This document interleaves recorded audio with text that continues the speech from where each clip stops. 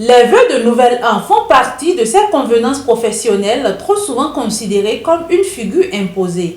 L'année qui se termine est vue comme une réussite à un examen. C'est l'une des raisons qui peuvent expliquer les vœux exprimés en fin d'année. Quand on arrive à la fin de l'année, c'est comme un exploit.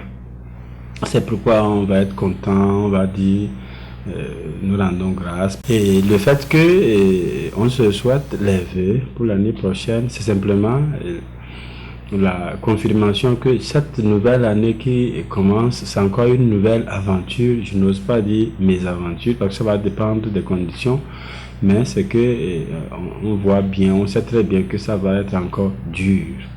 Parce que ce que nous allons traverser sur le plan climatique, par exemple le soleil et la pluie, sur le plan social, la mère, la tante, le père, les amis, sur le plan professionnel, le travail et sur tous les autres plans comme politique, religieux, économique, symbolique. Parfois, l'on n'est souvent pas sûr de la sincérité de ces vœux.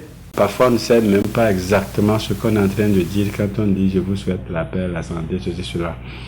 Et je pense que ça va être périlleux de chercher à savoir si les gens sont sincères ou pas. Et ce qu'il faut faire, je le dis souvent que, en fait, votre santé, votre prospérité, ça ne va pas dépendre vraiment des souhaits que vous avez reçus. Ça va toujours dépendre de vous.